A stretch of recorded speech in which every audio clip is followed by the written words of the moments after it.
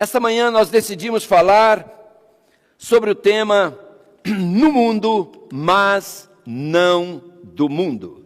E eu quero convidar você a abrir comigo sua Bíblia no livro de João, o Evangelho de João, capítulo 17. Leremos dos versículos 14 até o verso 16.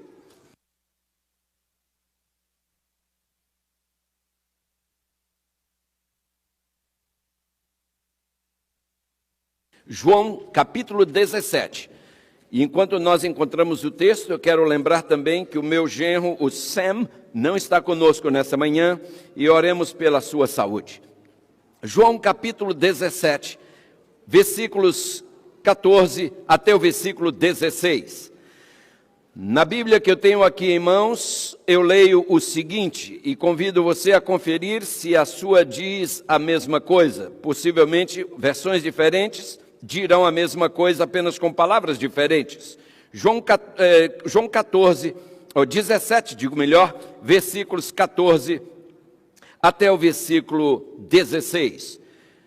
Jesus aqui está orando, e ele diz no versículo 14, dê-lhes a tua palavra, e o mundo os odiou, porque não são do mundo, assim como eu não sou do mundo. Não peço que os tire do mundo, mas que os livre do mal. Não são do mundo, como eu do mundo não sou. Santifica-os na verdade, diz o verso 17, a tua palavra é a verdade. Irmãos, na linguagem da informática, existe um termo chamado cavalo de Troia, em inglês chamam de Trojan Horse. O Trojan Horse, ou cavalo de Troia, é um termo usado para descrever um malware, ou seja, um software malicioso criado para se infiltrar e danificar o sistema do computador sem o consentimento do seu proprietário. Um cavalo de Troia ou um Trojan Horse num computador pode até parecer aos olhos do usuário que ele está executando uma função desejável, uma função boa ou favorável, mas de fato, queridos, o que ele está fazendo é facilitar o acesso não autorizado ao sistema do seu computador. Ou seja, é um engano. Ele está ali para causar mal e não bem, para causar dano e não para ajudar. Sabem, amados, Satanás ele tem instalado a sua versão do Trojan Horse, ou do cavalo de Troia, no sistema operacional da Igreja de Deus. A verdade é que esse cavalo de Troia, ele é letal. Ele pode parecer até ser algo útil e que veio para ajudar, como o Trojan Horse parece, a princípio, num sistema de um computador. No entanto, ele tem o potencial de eliminar a espiritualidade de uma igreja, substituindo-a pelo mero espiritualismo, cada vez mais popular em nossos dias. Eu entendo que se nós desejamos ser capazes de identificar os cavalos de Troia que estão tentando se infiltrar na igreja, nós precisamos estar sintonizados com o que a Bíblia nos ensina sobre a verdadeira espiritualidade. Amados, nós vivemos num momento inusitado, num momento sem igual, onde algumas pessoas dentro da igreja estão questionando alguns dos nossos ensinamentos, algumas das nossas doutrinas distintivas, estão questionando-as mais até do que os de fora. Esse é o século 21. Um fiel adventista, indignado com a situação da igreja, ligou para o seu pastor, e eu ouvi isso dos lábios desse pastor. Ele disse, esse membro que é meu amigo pessoal, ligou para mim, disse esse pastor, e disse, eu quero a minha igreja de volta. É um membro que já tem uma certa milhagem rodada dentro da igreja há alguns anos. Eu quero a minha igreja de volta, foi o seu clamor para esse seu amigo pastor. E o pastor disse que em seguida ele falou, eu confesso que eu não sei se algum dia eu poderei vê-la novamente como ela sempre foi. Irmãos, que pena, que pena. Uma das chaves poderosas para o sucesso em nossas igrejas e em nossos púlpitos, bem como em nossos esforços evangelísticos, irmãos, continua sendo fidelidade à palavra de Deus e à mensagem que Ele nos comissionou a pregar. Amados, nós não podemos sair disso. Temos que pregar nossa mensagem em sua totalidade, sem acréscimos e sem cortes. Sim, porque hoje há quem esteja fazendo acréscimos, mas há também quem esteja dando descontos em princípios, em normas, em valores. Isso não pode acontecer. Existem hoje forças tentando desmantelar aquilo que no passado foi tão laboriosamente construído sob a direção indispensável do Espírito Santo e que fez dessa igreja o que essa igreja é hoje.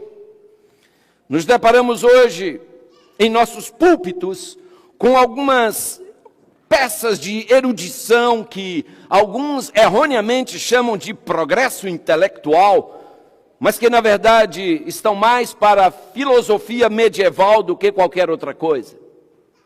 Sabe, irmãos, com o tempo parece que nós estamos nos envergonhando de ser adventistas. Estamos nos envergonhando de ser um povo santo, um povo diferente, um povo separado. E Deus nos chama para sê-lo. Estamos nos envergonhando, irmãos, de ser únicos. Tenho dito aqui muitas vezes e jamais me cansarei de enfatizar isso. Deus não tem duas noivas. Se você concorda com isso, eu quero ouvir um amém. Quem é a noiva de Cristo? Me ajudem. Quem é? Segundo a Bíblia. A igreja. Cristo não tem duas noivas, muito menos 3, 4 ou 5. Ele só tem uma. E qual é a noiva de Cristo? É a igreja fiel à Bíblia, fiel aos ensinos bíblicos, não a tradições de homens, não a coisas que homens dizem, mas ao que Deus diz. Essa é a noiva de Cristo. Outras podem até parecer ser a noiva de Cristo. Sim, existem algumas noivas, outras que cantam hinos parecidos com a noiva de Cristo. Adoram de uma maneira, sua liturgia em alguns aspectos se assemelha à noiva de Cristo. Mas quando nós vamos para a Bíblia, irmãos, nós conseguimos fazer a diferença entre o genuíno e o falso, entre o autêntico e o parecido. Acontece que, irmãos, hoje, em alguns segmentos, nós estamos deixando de ser autênticos e estamos querendo nos parecer com quem quer se parecer conosco. Nós estamos confundindo alguns lá de fora, fazendo um tipo de hibridismo em nossa vida espiritual. Um sincretismo que é a mistura do sagrado com o profano. Na nossa maneira de vestir, na nossa maneira de louvar, na nossa maneira de andar, na nossa maneira de nos divertir. Meus queridos, em algumas de nossas igrejas já não mencionam mais o espírito de profecia. Quando os pregadores se referem a Ellen G. White, eles dizem uma escritora norte-americana. É bem verdade que ela foi uma escritora norte-americana, mas isso não é tudo que ela foi. Porque se ela foi apenas uma escritora norte-americana, a Igreja Adventista do Sétimo Dia não passa de também uma igreja de origem americana. Irmãos, é importante que nós tenhamos convicção do que cremos, porque cremos. Ellen G. White não é o foco, o dom profético é que é o foco. Deus tem na sua igreja características que a distinguem de outras, e já falarei um pouquinho mais sobre isso. Mas a minha pergunta continua, irmãos, para onde estamos indo nós? Eu quero lembrar, amada igreja, que púlpitos tímidos produzem igrejas tímidas. Púlpitos, irmãos, inseguros produzem igrejas inseguras. Púlpitos onde tem-se medo de pregar a verdade, produzem igrejas que também têm medo de testemunhar da verdade. Minha Bíblia diz, irmãos, quanto aos tímidos. Você conhece o texto de Apocalipse 21, versículo 8. João é muito claro em dizer ali que os medrosos, os tímidos, não herdarão o reino dos céus. Cabe um amenzinho aí? No reino dos céus só haverá corajosos. Nós temos que ter coragem, irmãos, de pregar o que nós cremos, mas primeiro precisamos viver o que pregamos. O mundo aí fora está cansado de teoria, o mundo quer ver prática. Amados, Paulo dizia, eu não me envergonho do Evangelho. E ainda em Apocalipse capítulo 12, versículo 17, como eu mencionava minutos atrás, a igreja de Deus, ela é identificada como aquela contra a qual o diabo tem um grande ódio. E ele persegue os descendentes dessa mulher, que são identificados no texto por duas características. Quais são? Guardam os mandamentos de Deus e têm o testemunho de Jesus. Está em Apocalipse 12, versículo 17. Os mandamentos de Deus, todos nós sabemos quais são e onde estão. Êxodo capítulo 20, versículos 3 até o versículo 17. Aí estão os 10 mandamentos. Mas e quanto ao testemunho de Jesus? Amados, Deus não nos deixa na ignorância com relação a esse assunto. E também Deus não deixa isso a critério do homem para definir o que é o Espírito, o testemunho de Jesus. Apocalipse 19, versículo 10, no finalzinho do verso, nos diz que o testemunho de Jesus é o quê? É o Espírito da profecia. Graças às orientações, irmãos, dadas por Deus a nós, através desse instrumento escolhido pelo Espírito Santo, essa igreja passou de uma pequena chama no século XIX a esse grande farol que ela é no século XXI. Amados, a ONU reconhece haver no planeta Terra 200. E eu estou aqui só checando o número para não errar. A ONU reconhece que existem no mundo 238 países. Desses 238 países existentes no mundo, a Igreja Adventista está presente em 215. Nós somos tão católicos quanto a Igreja Católica no que respeita à palavra católico. O que quer dizer católico? Quem sabe? Universal. Irmãos, essa igreja tornou-se de um pequeno grupo em 1844 e que foi organizada em 1863. Essa igreja se tornou uma igreja com mais de 20 milhões de membros, espalhados em mais de 200 países pelo mundo. Sabem, amados, a igreja de Cristo está presente em todo o mundo, graças à Bíblia e ao Espírito de profecia, através do qual Deus nos deu instruções de caráter administrativo, mas também de caráter de ordem espiritual. Os escritos do Espírito de profecia têm um único propósito: nos levar para a Bíblia e nos ajudar a entendê-la melhor, a ampliar nosso conhecimento das Escrituras. Volto a lembrar que a Igreja Adventista tem 28 doutrinas fundamentais e nenhuma delas foi extraída de nenhum livro escrito por Ellen G. White. Portanto, a falsa acusação de que nós somos uma seita não tem qualquer fundamento. Falam que nós somos seita apenas para assustar seus membros e impor neles o medo de se aproximar de um adventista. Porque um adventista, quando senta com alguém para estudar a Bíblia, o faz somente com a Bíblia, nenhum catecismozinho da igreja, não. Nenhum livrinho da igreja adventista, não. Só Bíblia. Ontem à noite, depois que fizemos a cerimônia fúnebre, fomos dar um estudo bíblico, minha esposa e eu. Estamos estudando com uma família que só pode ter o estudo sexta-feira à noite. Então lá estávamos nós estudando. E o esposo disse para mim, palavras dele, irmãos, faladas ontem à noite, então estão bem fresquinhas na minha mente. Ele disse que estava conversando com um pastor de uma outra denominação, que é seu vizinho, no outro prédio que ele morava. Ele dizia, ele morava embaixo, eu em cima. E ele disse, ele foi até a minha casa e começou a falar algumas coisas que ele disse, eu sabia que o que ele estava falando não estava na Bíblia. E aí ele contestou, porque o pastor estava falando para ele sobre o arrebatamento secreto. E ele disse, pastor, parece-me que a Bíblia fala que quando Jesus vier, todo olho o verá. E como é que é esse negócio de arrebatamento secreto? E ele disse que esse pastor parou, olhou para ele e disse, os adventistas ensinam assim. E ficou calado, ele me contando, ele ficou calado e depois virou as costas e voltou para seu apartamento. Não teve mais argumento. Irmãos, contra a verdade, ninguém pode se manter de pé.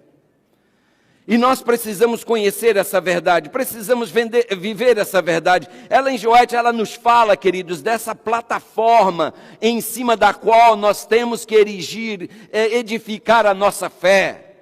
Ela diz que nós não podemos fugir dessa plataforma. Ela diz que seus escritos são uma luz menor, uma pequena lanterna para nos conduzir a este farol supremo que é a luz maior, a Bíblia. Meus amados, uma vez perguntaram a João Batista, és tu profeta? Qual foi a resposta de João? João Batista disse, eu não. O que Jesus falou a respeito de João nesse sentido? Quem se lembra? Não há nenhum homem nascido de mulher maior do que João, em termos proféticos. Jesus disse que João era o maior profeta que havia. E João disse que ele não era profeta. Impressionante. Um dia alguém perguntou a Ellen G. White, és tu uma profetisa? Ela disse, não, eu não. Eu sou um mero instrumento humano que Deus decidiu usar. Sabe, amados, lamentavelmente entre nós tem havido um crescente grito por parte de um grupo para implementarmos mudanças na igreja. Sim. Esses, em alguns lugares, inclusive, já conseguiram transformar aqui o ambiente do púlpito numa sala de estar. Tem algumas igrejas onde o púlpito já não está mais no seu lugar, essas cadeiras não estão mais no seu lugar, já não tem mais plataforma, porque eles acham que isso aqui já está ultrapassado. Agora tem uns sofás, um tapete, uma mesinha de centro, uma verdadeira sala de estar. Eu fico pensando, qual é o ponto? Qual é o ponto? Porque eu, pelo menos, irmãos, quando estou numa sala de estar, quando eu estou sentado num sofá, eu costumo me jogar e ficar à vontade. Afinal, estou na sala de estar. Mas quando eu estou, irmãos, num ambiente como este aqui, eu sou impelido a adotar uma circunspecção, porque eu não estou numa sala de estar. Eu estou na presença de Deus, no seu santuário. Um Deus que é tão meticuloso, que na Bíblia prescreveu detalhes de como Ele quer ser adorado, prescreveu detalhes de como um sacerdote deve se vestir. Um Deus que se preocupa com detalhes. Olhe para qualquer pássaro com suas penas coloridas e veja se Deus não se preocupa com detalhes. Olha a combinação de cores. Minha esposa de vez em quando diz para mim, puxa vida, se eu fosse pintar esse pássaro, eu nunca teria pensado nessa combinação de cores. Nosso Deus é tremendo. Ele é detalhista do microcosmos ao macrocosmo. Ele cuida de cada detalhe. Lamentavelmente, irmãos, há aqueles que querem transformar a plataforma da igreja num palco. Há aqueles que querem transformar um louvor e estão conseguindo. Em muitos ambientes já o louvor agora é um show. A mordomia já mais se parece com loteria e assim a coisa está indo. Quase num tom de protesto, esses insistem. Nós queremos uma mensagem moderna, desenhada para os jovens. Irmãos, até onde eu entenda, a Bíblia não nos separa por idades, não nos divide por gerações ou por idades. Muito pelo contrário. Se você for a Ezequiel capítulo 4, versículo 6, nós encontramos ali, irmãos, de que pouco antes daquele grande e terrível dia do Senhor, o texto diz que Deus converterá o coração dos pais aos filhos e o coração dos filhos a seus pais. Ou seja, uma evidência da atuação de Deus na igreja dos últimos dias será a cooperação entre jovens e adultos. A união de ambos na proclamação da mensagem e não na separação. Oh, nós queremos uma igreja jovem. Há igrejas por aí que já têm um culto jovem separado do culto de adultos. Como se nós tivéssemos um Deus jovem e um Deus mais idoso. Não há motivos, irmãos. Nós podemos honrar a Deus juntos, celebrar a Deus juntos. Recentemente, a questão de meses atrás, eu fui convidado para fazer uma semana de oração numa igreja central no Brasil. E fui convidado pelo diretor de jovens daquela igreja. E aquele líder de jovens me ligou e me disse: pastor, por favor, nós queremos que o senhor apresente para nós mensagens de reavivamento e reforma. Um líder de jovens, numa capital brasileira. Ele disse: pastor, nós queremos alimento sólido. Amém? Esse é o clamor da nossa juventude. E eu começo a identificar, irmãos, onde está o problema. Sabem, pregadores da minha igreja e demais pregadores que estiverem me ouvindo, na Bíblia nós não encontramos uma mensagem para jovens e outra mensagem para os de mais idade. Na Bíblia nós encontramos uma mensagem, aplicável a todos, como diz o americano, across the board, a todos indistintamente, irmãos. E essa mensagem foi enviada por Deus, tanto para jovens quanto para adultos e crianças. Está provado, irmãos, que o liberalismo não está realizando pela igreja aquilo que os seus proponentes disseram que ele realizaria. Os proponentes do liberalismo disseram que se a gente flexibilizar, se a gente baixar um pouquinho as normas, a igreja vai se encher de jovens. O que tem afastado os jovens da igreja são as normas muito rigorosas. Irmãos, isso é uma grande mentira. E o pior é que tem gente acreditando nessa mentira. Eu quero dizer aos senhores que o liberalismo não produz uma igreja comprometida com a missão. E uma igreja sem missão não é igreja. É apenas um ajuntamento sem sentido de crentes. Sim, meus amados, George Whittle, há mais de meio século, ele falou isso aqui. Olhem bem, ele disse: as igrejas com sólidas exigências morais e doutrinárias para os seus membros são as que crescem. Olha, isso foi dito há mais de 50 anos atrás. As igrejas com sólidas exigências morais e doutrinárias para os seus membros são as que crescem. Em contraste, diz ele, aquelas que têm dificuldades em dizer aos seus membros como viver um cristianismo autêntico, as que pregam mensagens ao estilo cristianismo sabor baunilha, têm sofrido de uma hemorragia que começou nos anos 60 e as está levando à morte desde então. E ele segue, ainda diz: a teologia de vanguarda e a busca pelo culto politicamente correto, diz ele, tem se revelado uma receita para a catástrofe eclesiástica. Agora veja o que ele diz na sequência. Milhões de diversas denominações estão indo embora, porque não encontram mais um bom motivo para permanecerem.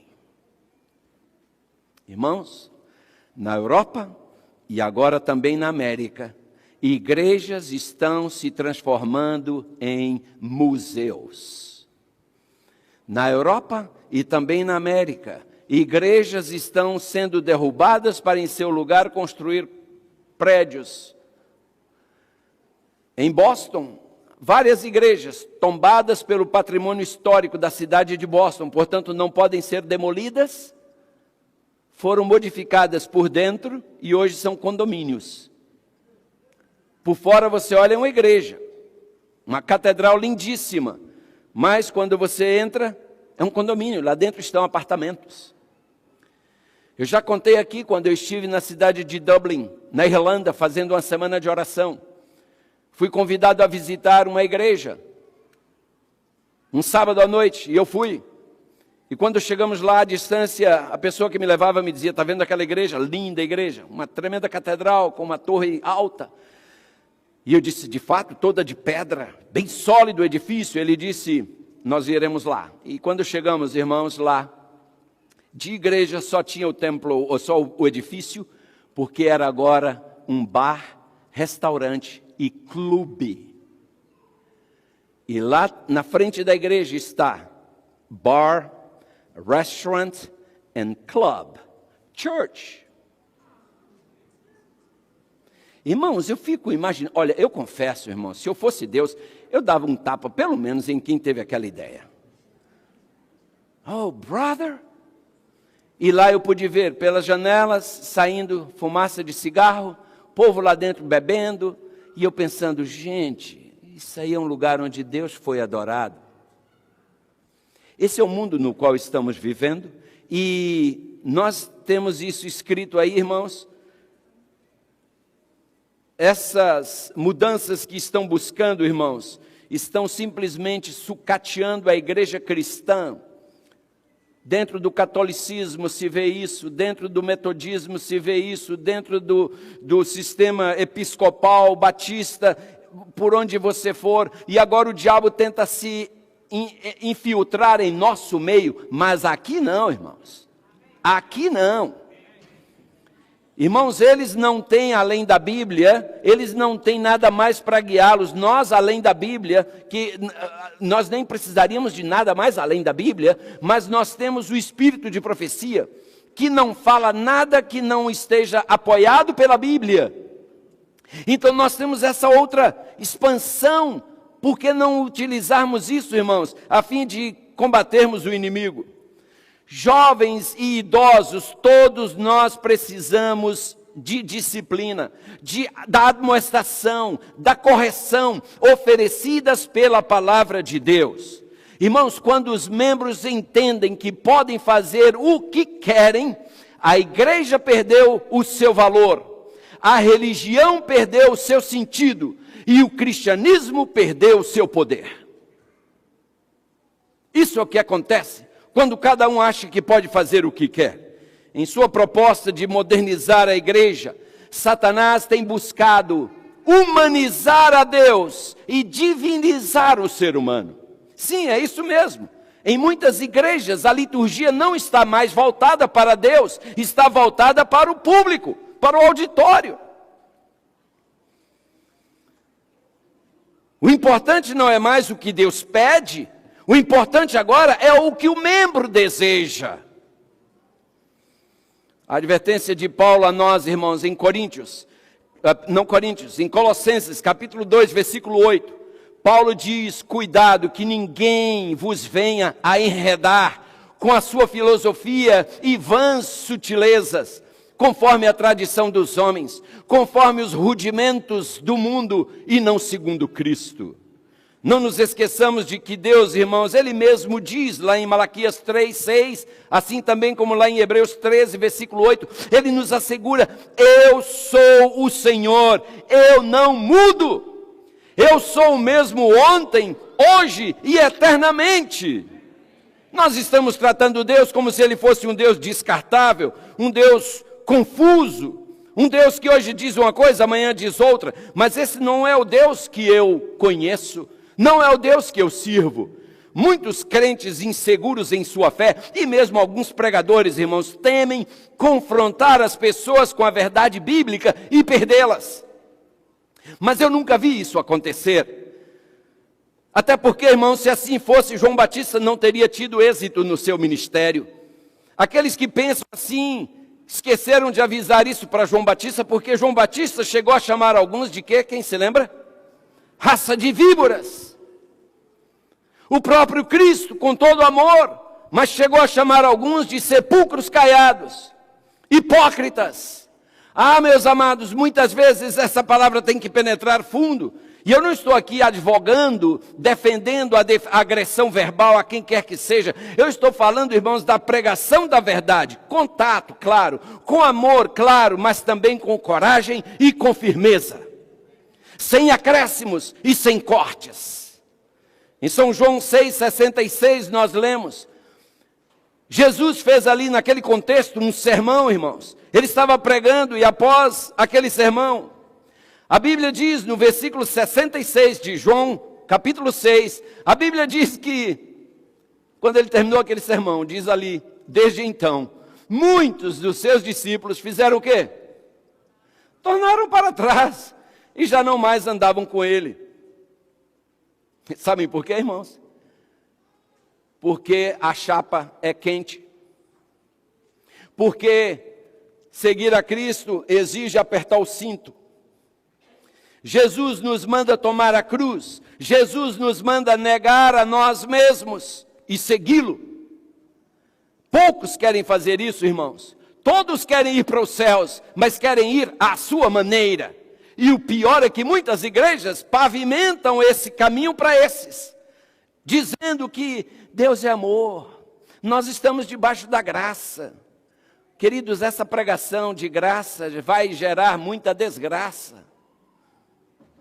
Bonhoeffer chega a chamar essa graça de graça barata, uma graça separada de obediência.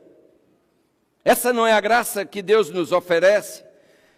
Aqueles vão embora, sobram ali os seus discípulos mais íntimos, e Jesus se vira para eles e diz, olha, antes que vocês também vão, fica tranquilo, eu vou aliviar agora, da agora para frente, eu não vou falar mais nada duro para vocês também não irem, senão eu fico sozinho. Foi isso que Jesus disse? Não! Jesus se virou para eles e disse, e aí, vocês também não querem ir? Aproveita, a porta está aberta. Sabe, irmão, Jesus nunca negociou princípios para manter auditórios. Jesus nunca tentou ser popular. Jesus foi só fiel. Fiel a seu ministério. E é isso que nós precisamos ser, queridos. A pregação da palavra, mesmo quando feita com todo amor, com toda diplomacia, ela sempre irá confrontar nossas naturezas pecaminosas carnais e gerar em nós desconforto. Irmãos, eu estou lendo esse livro há mais de 50 anos. E há mais de 50 anos esse livro me causa desconforto. Esse livro me machuca, porque ele pisa na minha natureza carnal. Ele me machuca daqui, mas me cura dali. Ah, irmãos, ele me fere para me salvar. Amados, Deus nos chama a pregar a palavra com poder e deixar os resultados com ele. Foi isso que Paulo disse a Timóteo. 2 Timóteo capítulo 4, versículos de 1 a 5.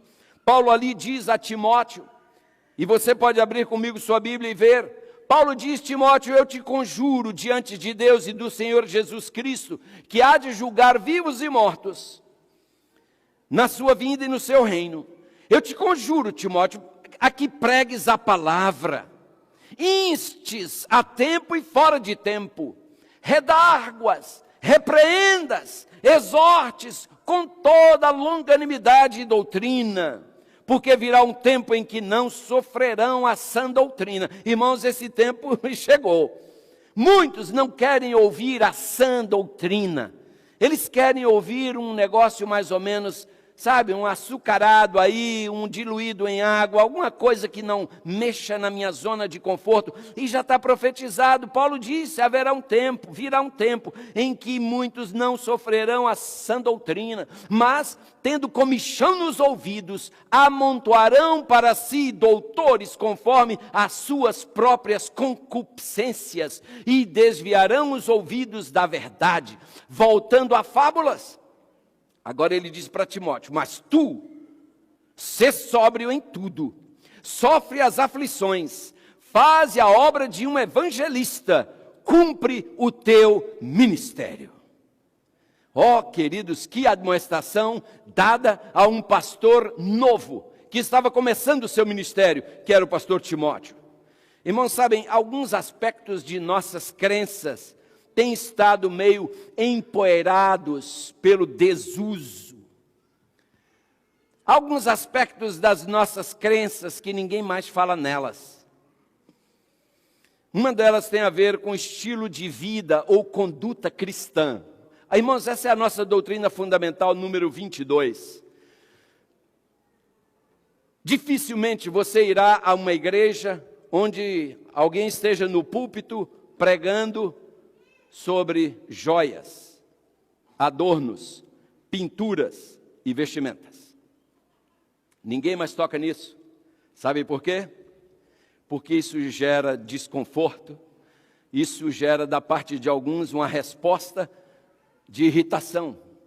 Eu uma vez estava numa igreja, eu era pastor de uma igreja, não essa, e eu disse do púlpito, porque o problema lá estava muito sério, e eu disse: irmãos, eu irei trazer para os senhores uma mensagem 100% bíblica, mostrando o que Deus fala sobre joias, vestimentas, pinturas e adornos, e até de tatuagens. A saída, irmãos, uma irmã veio a mim, nunca esqueço. Ela veio a mim e disse: pastor, qual será o sábado que o senhor irá pregar sobre joias? Eu falei: irmã, eu ainda não tenho esse sábado determinado, porque eu vou trabalhar nesse sermão. Ela disse: não, eu só quero saber para eu não vir à igreja naquele sábado. Irmãos, é de doer. É de doer. Sabem, o mesmo sol que amolece a cera, endurece o barro. E eu quero dizer aos senhores, meu próximo sermão nessa igreja, eu vou falar sobre joias, pinturas, vestimentas, adornos e tatuagens. Piercings. Até porque, irmãos, eu sei que alguns se usam porque não sabem. Eu preguei sobre esse tema numa igreja, aqui em Massachusetts. E quando eu terminei, a saída veio a mim uma jovem senhora, ela e seu esposo. E ela disse para mim com os olhos arregalados: pastor, eu sou filha de pastor. E eu sei, o pai dela foi meu colega de faculdade. Ela disse: eu sou filha de pastor. E eu nunca soube que Deus fala tanto sobre esse assunto como eu vi hoje. Ela dizia: eu só não uso por respeito a meu pai, mas não por convicção bíblica. Agora sim eu tenho convicção bíblica. E amém por isso. E eu sei, irmãos, que algumas pessoas ficam meio em dúvidas. Ninguém fala no assunto. Será que isso não é apenas uma questão de opinião? Não é não, irmãos? E os senhores verão que nós iremos do Gênesis ao Apocalipse. Toda a Bíblia fala no assunto. Tamanha é a sua importância. Sabe, amados, por que ninguém fala nesses assuntos? Eu não entendo. Porque nós somos chamados para sermos um povo piedoso, um povo que pensa, sente, age e reage de acordo com os princípios dos céus. Porque nossa pátria não está aqui, não é aqui. Isso significa que a maneira como nós nos vestimos, a maneira como nós nos divertimos, a maneira como nós comemos, a maneira como nós nos entretemos, devem corresponder aos mais altos padrões cristãos. Paulo diz: de tudo que se tem ouvido, a suma é: teme a Deus e guarda os seus mandamentos. Salomão diz isso, mas Paulo nos diz: portanto, quer comais, quer bebais, ou façais qualquer outra coisa, ele diz, fazei tudo para quê? Irmãos, quando eu compro uma roupa, eu preciso olhar para aquele modelo e dizer: será que isso aí honra meu Deus? Quando eu me visto, antes de eu botar o pé fora da porta do meu quarto, todos aqui se olham no espelho, e eu preciso responder honestamente à pergunta: essa roupa está honrando o meu Deus? Porque às vezes nós colocamos algumas roupas, irmãos, que fazem a gente parecer um chouriço, ou sei lá, uma salsicha. O que é isso? essas vestimentas são desenhadas, irmãos, por pessoas com mentes poluídas, corrompidas, pecaminosas, para fazer as santas filhas de Deus estarem vendendo o seu corpo, suas formas, suas curvas, para olhares pecaminosos. A mulher tem que entender que ela não é tão atraída pelo olhar quanto o homem. Portanto, a maneira como uma mulher veste pode levar muitos homens a pecar, especialmente se eles não estiverem numa comunhão melhor com Deus. Então, por que fazer isso? Mas vamos falar sobre isso na próxima oportunidade, irmãos. Embora a gente reconheça que as diferenças culturais influenciam o nosso modelo de vestir, nosso vestuário, de acordo com a Bíblia, deve ser simples, deve ser modesto, deve ser de bom gosto, deve ser decente, deve ser apropriado àqueles cuja verdadeira beleza não se limita ao exterior, mas, como diz a Bíblia, no ornamento imperecível de um espírito manso e tranquilo. Irmãos, a oração de Cristo pela sua igreja foi: não peço que os tire do mundo, mas e sim que os livre do mal. Ah, meus amados, a sua prece foi: eles não são do mundo, como também eu não sou. De que modo, irmãos, pode um cristão estar simultaneamente no mundo e separado dele? Como? Sob que aspectos deveria o estilo de vida cristão ser diferente daquele do mundo? Os cristãos deveriam adotar um estilo de vida diferente, irmãos, não pelo capricho de serem diferentes, mas porque Deus nos chamou para viver por um princípio. Eu um dia pregava sobre esse tópico numa igreja, falando de joias, de adornos. Creio, irmãos, uma igreja que, quando chegamos ali, ela estava bem fora dos trilhos. Acreditem, quando eu terminei de pregar, eu notei que havia uma senhora nos visitando com 2 brincos enormes. Ao lado dela estava sua filha com 2 brincos enormes. E eu sabia que era a primeira vez que aquelas duas tinham entrado na igreja. A mãe e a filha com os netinhos, com os filhinhos, que ela havia trazido para uma programação dos aventureiros, que ela havia botado a filhinha, porque alguém disse que tinha essa programação, esse evento na igreja para as crianças, mas elas eram de uma outra denominação. E eu estava pregando sobre joias justo naquele sábado, o primeiro sábado que elas entraram. Eu havia orado a Deus, eu havia pedido a Deus: Senhor, me oriente como pregar, como falar, não me deixe ferir ninguém por mim mesmo. Se a tua palavra ferir, está bem ferido. Agora eu aqui não posso. E eu preguei. Quando eu terminei, eu desci pelo corredor central e fui até a porta para cumprimentar as pessoas. A primeira pessoa a sair foi um dos líderes daquela igreja. Acreditem, ele chegou para mim e disse: o pastor não poderia ter sido mais infeliz na apresentação da sua mensagem. E eu pensei, por falar em infeliz, deixa eu segurar a mão desse. E eu disse: por que você fala isso? Não, porque tem 2 visitas ali que o senhor feriu com suas palavras. Eu disse: você está equivocado. Primeiro, não foram minhas palavras, foram as palavras de Deus. Segundo, Deus, quando fere, fere para curar. E segurei firme a mão, e apertei. Ele era meio pequenininho, eu aproveitei. Entendeu? E quando eu soltei, fui cumprimentar o povo, irmãos, e as pessoas foram saindo. E veio aquela senhora, com a sua filha. Uma senhora elegante, uma senhora educada. E ela havia, no Brasil, trabalhado num canal de televisão famoso no Brasil, TV Globo. Uma mulher bem preparada, e ela chegou para mim com a elegância de sua postura e seu jeito de falar. Ela segurou na minha mão, olhou nos meus olhos e disse: pastor, eu nunca imaginei que a Bíblia falasse tanto no assunto de joias, nunca. E eu disse: pois ela fala. E ela disse: pastor, eu quero aprender mais. E eu falei: com muito prazer. A senhora me dá seu endereço? Terei o maior prazer em visitar a senhora para estudarmos mais sobre o assunto. Ela disse, com muito prazer, pastor. Quer dizer, pastor, que não pode usar mesmo, né? Aí eu falei para ela, escute, senhora, eu sei o nome dela até hoje, mas eu vou evitar falar aqui, apesar de ser positivo o exemplo, o resultado final. Eu disse, senhora fulana, esse é um assunto que eu trouxe para apresentar para a igreja. Com a senhora, eu preferiria sentar e a gente começar a construir o edifício do alicerce, porque isso aí já está lá quase no telhado, e a gente não constrói uma casa do telhado para baixo.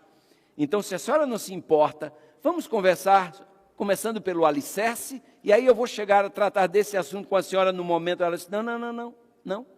O senhor não falou nada que não estivesse na Bíblia. Pode vir do telhado para baixo mesmo. Não pode usar não, né? Eu falei, não pode não. Já que a senhora quer ouvir, é isso. Não pode não. Eu disse, ok. Foi embora com a filha. Irmãos, no sábado próximo, as duas voltaram. E o infeliz disse que eu tinha sido infeliz. As duas voltaram. Sem brinco. A mãe e a filha com 2 brinquinhos pequenininhos. Porque aí a mãe já me disse, pastor, a minha filha está com um brinco pequenininho porque quem furou a orelha dela fez um buraco muito grande. E ela tem o cabelo curtinho, ela fica com vergonha dos buracos. Ela botou 2 brinquinhos pequenininhos só para tapar o buraco. Aí pode, não pode? Eu falei assim, pode não. Eu falei, escute, quando Deus te pede branco, não traga bege claro, traga branco. Quando Deus diz que é preto, não venha com cinza escuro, venha com preto. Porque com Deus é sim, sim, não, não. Então o pequenininho não pode não. Pastor, faz sentido, faz sentido. No outro sábado, lá estavam elas duas, com um buraco, sem brinquinho. E eu continuei a estudar com elas duas. Tive o privilégio de batizar a mãe, a filha, o genro que eu conhecia em casa, não tinha vindo à igreja, passou a frequentar, e depois a neta da mãe. Até hoje, todos são fiéis adventistas. São uma bênção para a igreja. Num sermão que eu não poderia ter sido mais infeliz em apresentar, de acordo com um infeliz. Sabe, amados, essa igreja é de Deus, essa mensagem é de Deus, e eu digo aos senhores, eu gosto muito de ter amigos, eu gosto muito de receber sorrisos, eu gosto muito de abraços, eu gosto muito de tudo isso, irmãos, mas eu não posso comprometer a mensagem por causa disso.